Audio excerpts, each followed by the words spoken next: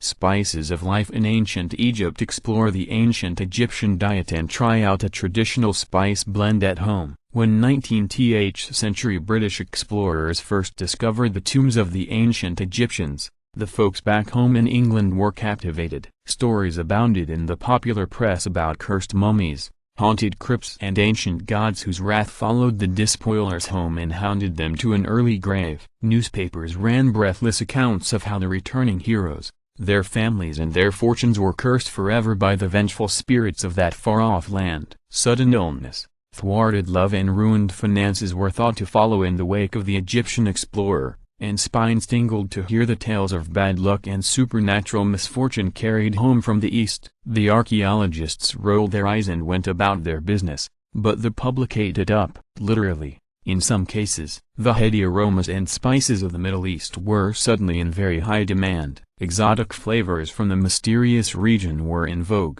just like the tales of high drama and daring adventure that accompanied them. The truth was usually a fair bit more pedestrian, though no less tasty. Ancient Egyptians ate well. Even the poorest workers had access to plenty of bread, beer and a certain amount of fish and game when times were flush. You could even indulge your sweet tooth if you could save up enough money every now and then for some precious honey or ground-up dates. Egypt sat right on the crossroads of the ancient spice road. Its population would have had access to spices from the east like cumin, coriander and cinnamon. Pepper would be a much later arrival, most likely with the Greeks. But salt was available and used as a preservative even in the dry air that left meat considerably less exposed to rapid decay than it would be in Europe. Coriander was prized as an aphrodisiac.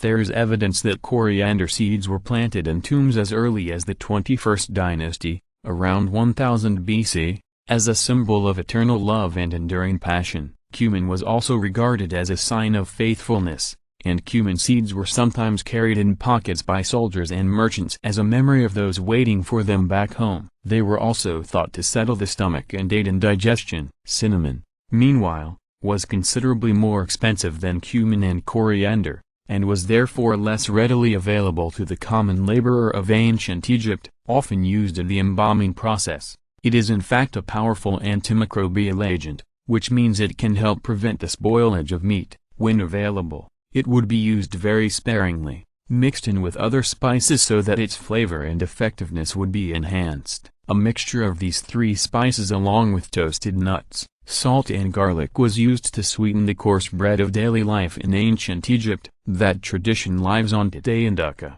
a popular spice blend that modern Egyptians enjoy just as their ancestors did thousands of years ago. Follow the recipe below to bring a taste of ancient Egypt into your own kitchen. It can be used as a condiment for roasted meat, as a topping for hummus or as a dip for good, crusty bread. Dhaka start to finish, 30-minute servings. For 1 cup whole-shelled hazelnuts, 1 cup whole-shelled almonds, 1 tablespoon whole coriander seeds, 1 tablespoon whole cumin seeds, 1/4 cup whole sesame seeds, 1/4 teaspoon salt. Preheat oven to 400 degrees. Spread hazelnuts and almonds in a single layer on separate baking sheets and roast for about 10 minutes, shaking the pans every few minutes to prevent scorching. Be especially careful of the nuts in the corners and at the edges, as these will get hot faster. Take the almonds out a minute or two before the hazelnuts, as these are more prone to overheating and turning bitter. Allow nuts to cool completely. Toast coriander,